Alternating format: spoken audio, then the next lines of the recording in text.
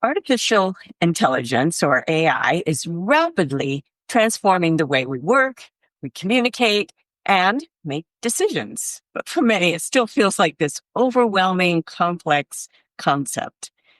And in this episode, we're breaking down the basics of AI for the novice, making it simple and approachable so you can understand the engine behind it and how it works and why it matters.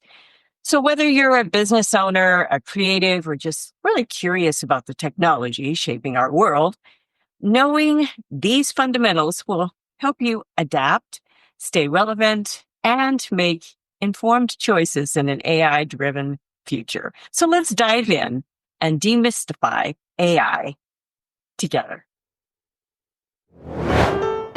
This podcast is brought to you by DJ Works Media and HalftimeSuccess.com, offering resources and insights for those at mid-career or the halftime of life. Explore our diverse categories, including courses, coaching, health, music, software, and travel. We're here to help you make this stage of life your best ever. So get our new articles, downloads, and podcasts by signing up for weekly updates at goalsforyourlife.com/newsletter. Now, let's dive into today's episode. In The Wizard of Oz, when Dorothy and her companions finally meet the wizard, they are initially confronted by a formidable presence, a giant head, a ball of fire, and other intimidating illusions.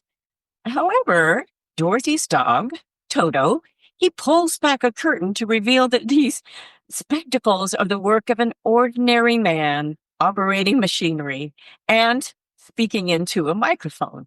And this man, who had been presenting himself as the powerful wizard, is a regular person using tricks to maintain an illusion of grandeur. Now, even though AI is not merely an illusion, I'm going to pull back the curtain on how AI works and some of the differences between machine and generative learning.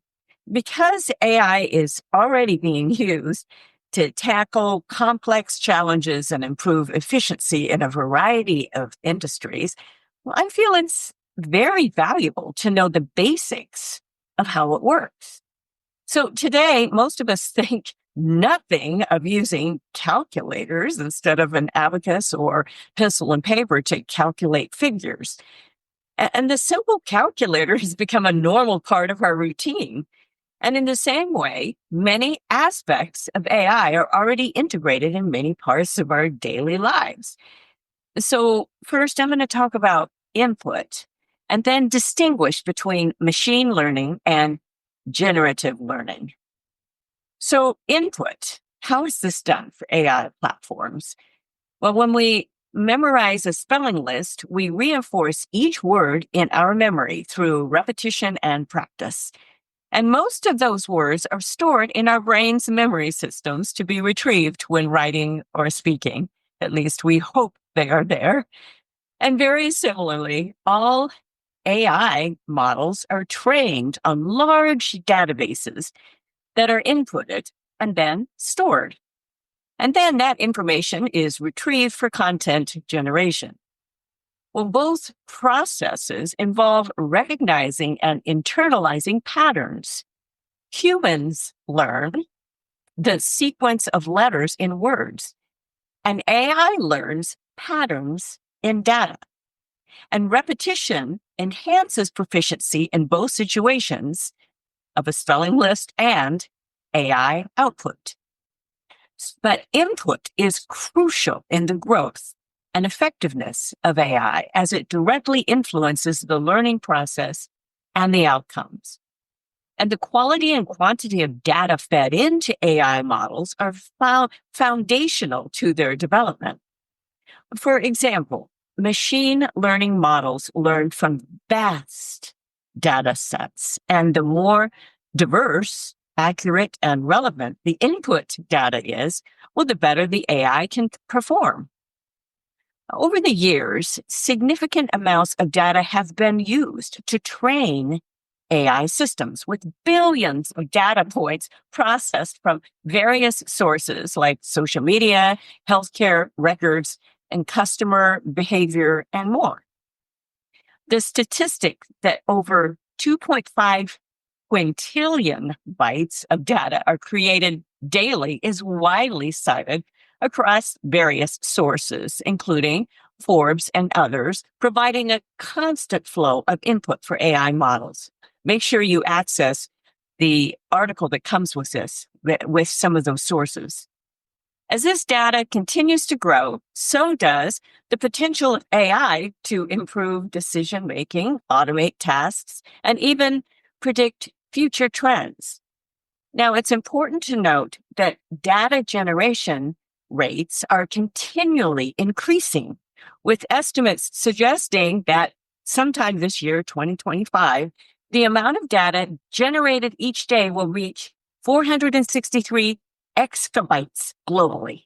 Now, what is 463 exabytes? Well, it's the number 463 with 9 zeros after it. Wow.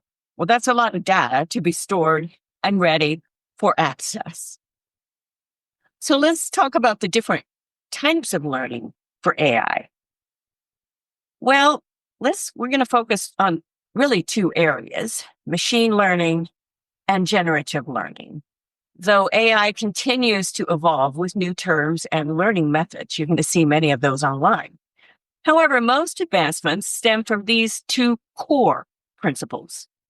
So machine learning is a branch of artificial intelligence, AI, that enables computers to learn and improve from experience without being explicitly programmed. It uses algorithms, which are a set of predetermined rules, to analyze large amounts of data, identify patterns, and make predictions or decisions based on that data. For example, machine learning powers recommendations on streaming platforms, fraud detection in banking, and voice recognition in virtual assistants. All of those recommendations are based on a step-by-step instruction taken from a large amount of data.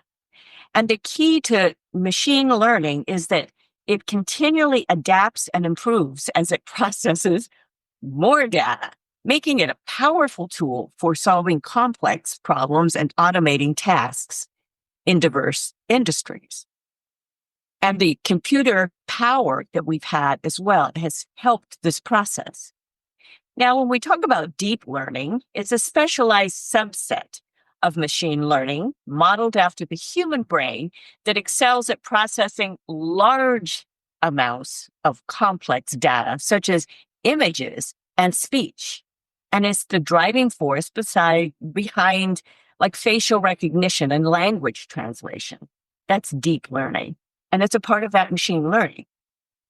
Now, if you're in the field of finance or medicine, machine learning is extremely useful in performing calculations and determining patterns. And those calculations that in the past may have taken weeks, well, they can be done in seconds. And the information gathered, it doesn't make decisions for us, but it provides the tools for us to make better decisions. Let's talk about generative learning. It's a subset also of machine learning, but focused on creating new data, and this is important, that resembles the original data it was trained on. Now, unlike traditional machine learning models that focus on predictions or classifications based on data, generative learning creates something entirely new by learning patterns and structures from existing data sets. Now, as an example, I've created illustrations for articles with Canva's version of generative learning. And most of you are probably familiar with that program, Canva. It's wonderful. If you're not, make sure you check that out.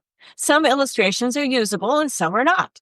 But much of the outcome, it depends on the type of prompt that I give it for the illustration. The more specific I am, the better the outcome. And generative learning has immense potential for creativity, design, and innovation across industries, enabling businesses to automate creative processes or develop unique solutions tailored to their needs. But one of the huge issues with generative learning is copyright protection. As the generative product, it's based on existing patterns and structures. So this will be an ongoing conversation with the analyzation of how close that new data is to previously protected data, especially relevant for those with intellectual property. And I totally understand this. I have a lot of intellectual property, and it should not hold us back from using this type of AI, but it should make us very aware and diligent with its use. So let's talk about the power of AI a little bit, just scratching the surface. Enhanced efficiency and productivity. As mentioned, AI can automate repetitive tasks, streamline workflows, and provide data-driven insights, allowing businesses to operate more efficiently and focus on strategic activities. Now, I've given a few examples here in the article, and there are so many more, but I've given the actual sources in the article, and I'll talk about those here. Starting with healthcare. AI is especially valuable in early disease identification. And this area is growing with the access of more and more data. And soon there will be tests that even some of the issues that stay hidden until it's too late for treatment. And one very relevant one, especially for women, is cervical cancer. And the American Cancer Society estimates that in the United States in 2025, 13,360 new cases of invasive cervical cancer will be diagnosed, and about 4,320 deaths will occur. And it's known as the fourth most common cancer in women globally. And that's because the death rate is so high because they can't discover it soon enough. Now, can you imagine the emotional impact of walking into your doctor and obtaining an early diagnosis that will save your life? Wow. Well, I believe this type of AI expansion in the medical field will help us to save lives and bring medical costs down with a quicker, accurate diagnosis and resulting treatment. And healthcare currently uses quite a bit of AI to analyze patient data and medical literature to provide doctors with evidence-based treatment options, especially for cancer. And this fact highlights the importance of quality data input. Just like performing a search on Google, it's important to know and trust the source of information. So data that's used to take months and months and even years to analyze. It's now performed immediately based on that data. And it allows researchers to build upon that data. And now this area will continue to grow exponentially in the next years, months and years and days even. So now let's talk about fraud detection. In finance, AI has become a pivotal tool in detecting fraudulent activity. Now, this is major. By analyzing vast amounts of data, when deviations of normal patterns occur, the system flags them. And this is why we get those sometimes annoying notices to approve a particular purchase if it falls outside our normal patterns of purchase. And maybe you, like I, have had this occur when traveling and the vendor isn't easily identified. It can be particularly annoying when a transaction doesn't go through promptly while traveling, but ultimately it will save both the cardholder and the company time and resources. But it's frustrating when the card is canceled, as it takes time to go back through every automated payment to update my card. You know what that feels like. However, I know the protections are in my own best interest, and it will save me and the credit card company valuable time and money. I have to remember that.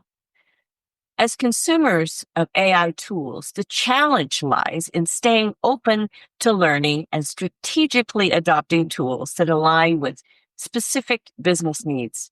Now, the key is to focus on solutions that provide the greatest value relative to the time and energy required for implementation. Now, I carefully evaluate the time it will take to use certain tools. As the learning curve and the implementation, it may not be worth the effort. If it's going to take me too much time, it's just a time sucker. Additionally, I know that by next week or by next month or even tomorrow, there will be another tool that may serve my needs better. But that doesn't mean that I hold back and I hesitate too long, because most of the choices I end up making, they've ultimately worked out fairly well. Do your research on this. So by making thoughtful choices, businesses, individuals, entrepreneurs can capitalize on AI's capabilities while ensuring that it serves their unique goals effectively. And on my halftime success, halftimesuccess.com, I've given you some of the tools on that I regularly use. So make sure you check that out.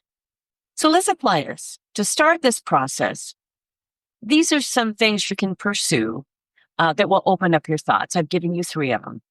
Step 1, read and research about the different types of artificial intelligence. This was a start. The main types discussed here are the basics. There's the input of data and then the analyzation and the extraction of that data applied to a prompt. And there are so many different AI tools, from video extraction to voice cloning, all that sort of, there's a bunch of options there. So step 2, identify the current skill set and work that you do that could benefit from a certain type of artificial intelligence or automation. Ideas are for medical, organizational, financial, or creative fields, and the possibilities are just endless. And step 3, if you're already using some AI tools, well, identify some others that will be the most beneficial. And really consider this carefully with tools that will ultimately save you time and resources. Because again, some of these tools can be a time suck.